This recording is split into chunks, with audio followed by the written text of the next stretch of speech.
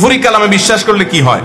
কুফরি কালামের আশ্রয় যদি নেয় কেউ, তাহলে সেটা কবিরা গুনাহ, এবং এটার প্রতি ঈমান আনলে কোন কোন ক্ষেত্রে ঈমান চলে পর্যন্ত যেতে পারে, ঈমান হারা পর্যন্ত হয়ে যেতে পারে। আমাদের দেশে অনেক মানুষ আছে, কিছু হলেই কবিরাজের কাছে যায়। অনেক কবিরাজ কুফরি কালামের আশ্রয় নেয়, শয়তানের আশ্রয় নেয়।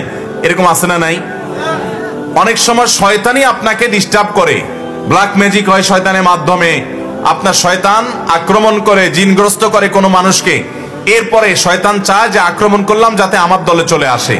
এটা অনেক সন্ত্রাসীদের কায়দা, যে সন্ত্রাসী অনেক সময় সন্ত্রাস করে অনেক মানুষকে নিজের বশে আনে, যে আমার দলে আসো, নাহলে তোমাকে শেষ করব।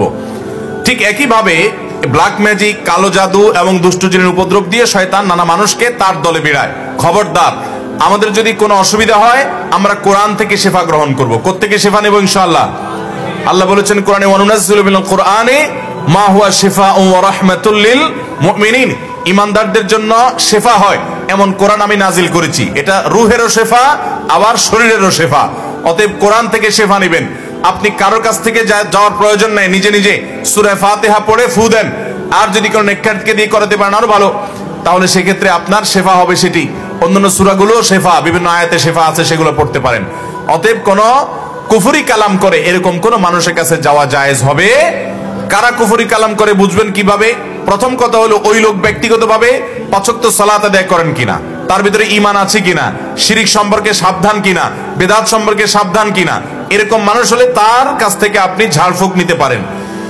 এটা দেখে বুঝতে পারেন যে লোকটা কুফরি কালাম করবে না। দ্বিতীয়ত, সে যদি আপনাকে এমন কোন তাবিজ কবজ এমন কিছু দেয়, বিশেষ করে বিভিন্ন জিনিসপত্র, এগুলোর মধ্যে গিরা, তারপরে আপনার সুতে বা সুতা বাঁধা, সেগুলোর মধ্যে বিভিন্ন জিনিস লেখা, বিভিন্ন পেরাক পোতা, এগুলো সবগুলো কুফরি কালামের লক্ষণ। এগুলা যারা করে তাদের কাছে যাওয়া জায়েজ নাই, হারাম, ঈমান পর্যন্ত নষ্ট হতে পারে। আল্লাহ আমাদেরকে হেফাজত থাকার তৌফিক দান করুন।